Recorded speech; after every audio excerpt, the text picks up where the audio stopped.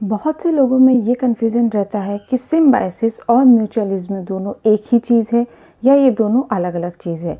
तो आज के वीडियो में हम बात करने वाले हैं इसी बारे में। So hello everyone, welcome to my channel Brainovita. तो सबसे पहले हम बात करेंगे सिम्बायोसिस के बारे में कि सिम्बायोसिस होता क्या है।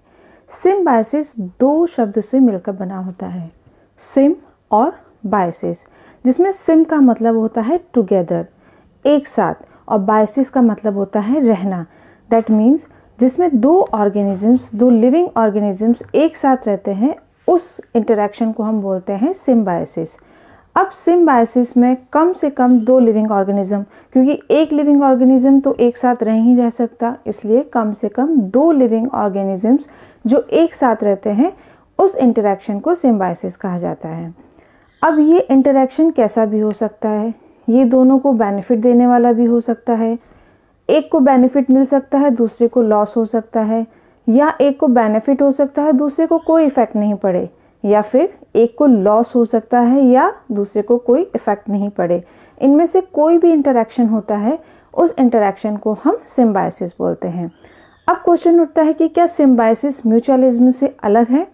तो यहाँ हम देख सकते हैं कि सिम्बायोसिस, जैसे कि मैंने अभी एक्सप्लेन किया, किसी भी दो लिविंग ऑर्गेनिजम्स का एक साथ रहना सिम्बायोसिस कहलाता है। उसमें से कंडीशन कोई भी हो सकती है, दोनों बेनिफिशियल हो सकते हैं, एक बेनिफिशियल हो सकता है, एक हार्मफुल हो सकता है किसी दूसरे के लिए। लेकिन म्यूचुअलिज्म का मतलब होता है दो लिविंग ऑर्गेनिजम्स का एक साथ रहना, लेकिन वो दोनों ही एक दूसरे को बेनिफिट करेंगे। म्यूचुअलिज्म जो होता है वो सिम्बायोसिस के अंडर आता है, सिम्बायोसिस म्यूचुअलिज्म के अंडर नहीं आता है। सो म्यूचुअलिज्म हम कह सकते हैं कि ये सिम्बायोसिस का एक पार्ट होता है। सिम्बायोसिस अपने आप में एक बहुत वास्ट टर्म है, जिसके अंडर हम डिफरेंट टाइप के इंटरेक्शंस पढ़ते हैं, लेकिन म्यूचुअलिज्म सिम्बायोसिस का ही एक पार्ट है। ये दोनों एक ही टर्म नहीं है। ये कन्फ्यूज़न अक्सर क्रिएट होता है क्योंकि बहुत सारी बुक में म्यूचुअलिज्म और सिम्बायोसिस को एक ही तरह से एक्सप्लेन किया गया है, इन दोनों को एक ही टर्म बताया गया है। लेकिन अब हमने ये समझ लिया है कि सिम्बायोसिस और म्यूचुअलिज्म दोनों डिफरेंट टर्म होती है, क्योंकि सिम्बायोसिस का मतलब होता है सिर्फ दो ऑर्गेनिजम्स का साथ रहना, जिसमें कौन बेनिफिट ले रहा है और किसको लॉस हो रहा है, इससे कोई फर्क नहीं पड़ता है। मेन होता है दो ऑर्गेनिजम्स का साथ रहना। लेकिन म्यूचुअलिज्म में हमेशा ही दोनों ऑर्गेनिजम्स एक दूसरे को बेनिफिट करते हैं।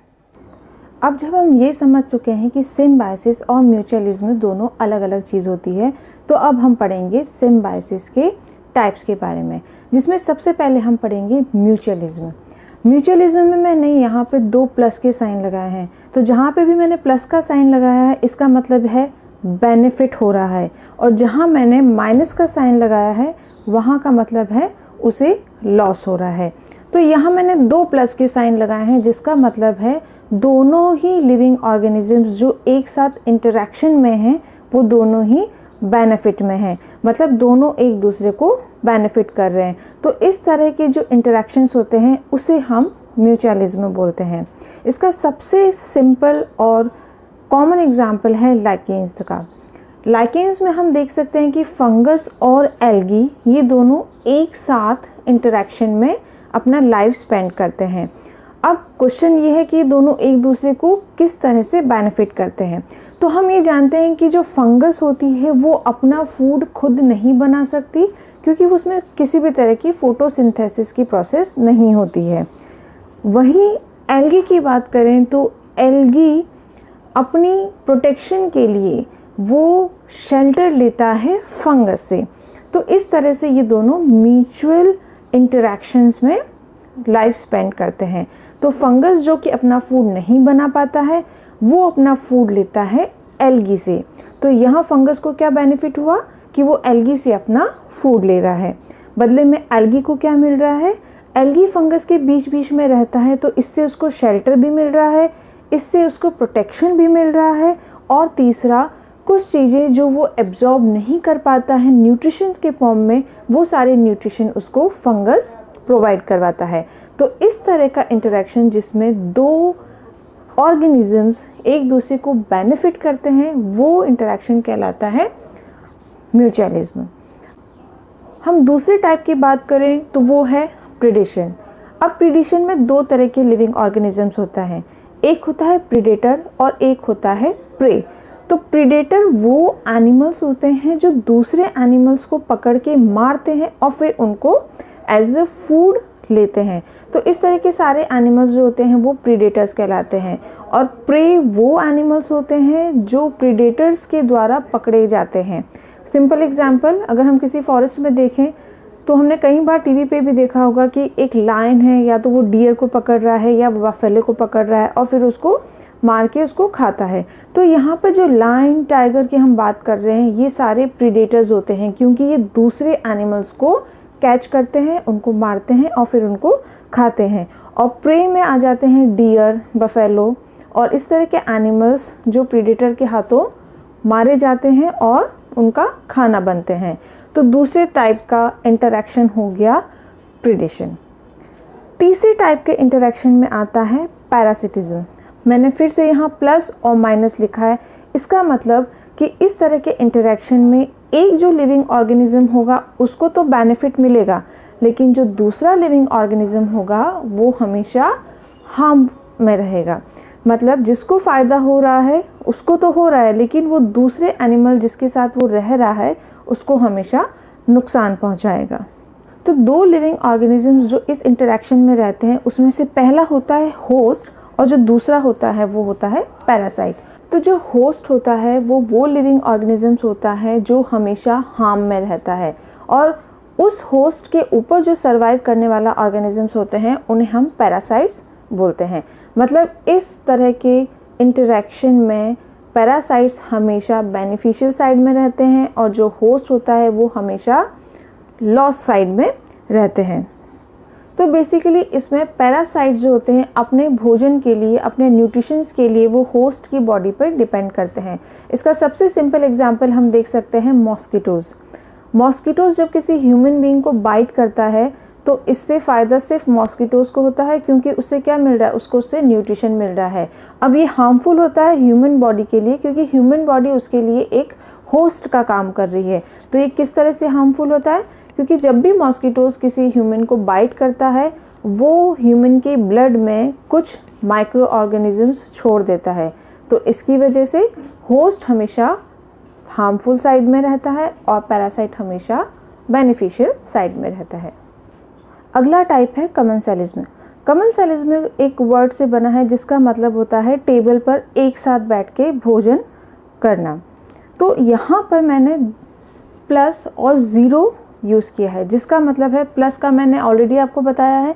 अगर प्लस है दैट मीन्स एक ऑर्गेनिज्म को बेनिफिट मिल रहा है, और यहाँ ज़ीरो का मतलब है कि जो दूसरा ऑर्गेनिज्म इसके साथ इंटरेक्शन में है उसे कोई भी इफ़ेक्ट नहीं पड़ रहा है, ना उसे बेनिफिट मिल रहा है और ना ही उसे कोई हार्म हो रहा है। लेकिन इसके बावजूद भी दोनों ऑर्गेनिजम्स एक साथ साथ रहते हैं। इसका सिंपल एग्जांपल है रेमोरा फ़िश। रेमोरा फ़िश एक बहुत ही छोटी फ़िश होती है जो कि ज़्यादातर बड़ी फ़िश या फिर शार्क के साथ इंटरेक्शन में रहती है। तो हम कह सकते हैं कि रेमोरा फ़िश एक तरह की सकर फ़िश होती है जो ज़्यादातर क्या करती है, बड़ी बड़ी फ़िश या फिर शार्क के शरीर पर चिपक के रहती है। इससे क्या होता है कि एक तो उसको ट्रैवलिंग में आसानी होती है, वो एक जगह से दूसरी जगह पर इजीली पहुंच जाती है इन बड़ी फ़िश की मदद से। दूसरा, जब बड़ी फ़िश कुछ खाती है तो उनमें से इनको कुछ फूड मिल जाता है।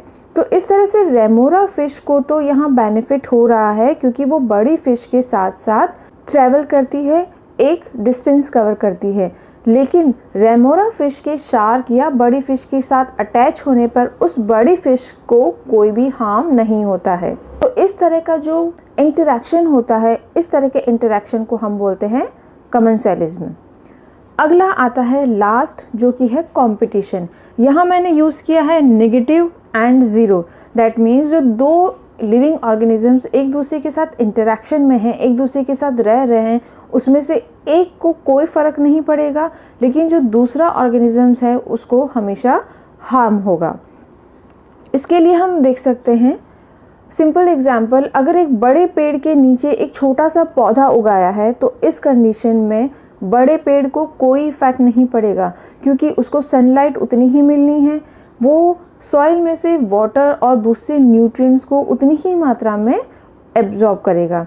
लेकिन यहाँ पर हार्मफुल साइड में जो रहेगा वो रहेगा छोटे पौधे, क्योंकि बड़े पौधे के साथ रहने की वजह से उन्हें सनलाइट, वाटर और दूसरे न्यूट्रिएंट्स जो उसको ग्रोथ के लिए चाहिए होते हैं वो नहीं मिल पाएगा, क्योंकि यहाँ पर दोनों में कंपटीशन है। कंपटीशन जो है वो सेम स्पीसीज में भी हो सकता है और डिफरेंट स्पीसीज में भी हो सकता है। तो आज के वीडियो में हमने पढ़ा क्या डिफरेंस है सिम्बायोसिस और म्यूचुअलिज्म में, और हमने पढ़े सिम्बायोसिस के डिफरेंट टाइप्स। आई होप आपको ये वीडियो पसंद आया हो। अगर वीडियो पसंद आया हो तो उसमें कमेंट ज़रूर करें, शेयर करें, लाइक करें, और अब तक आपने चैनल को सब्सक्राइब नहीं किया है तो चैनल को ज़रूर सब्सक्राइब करें।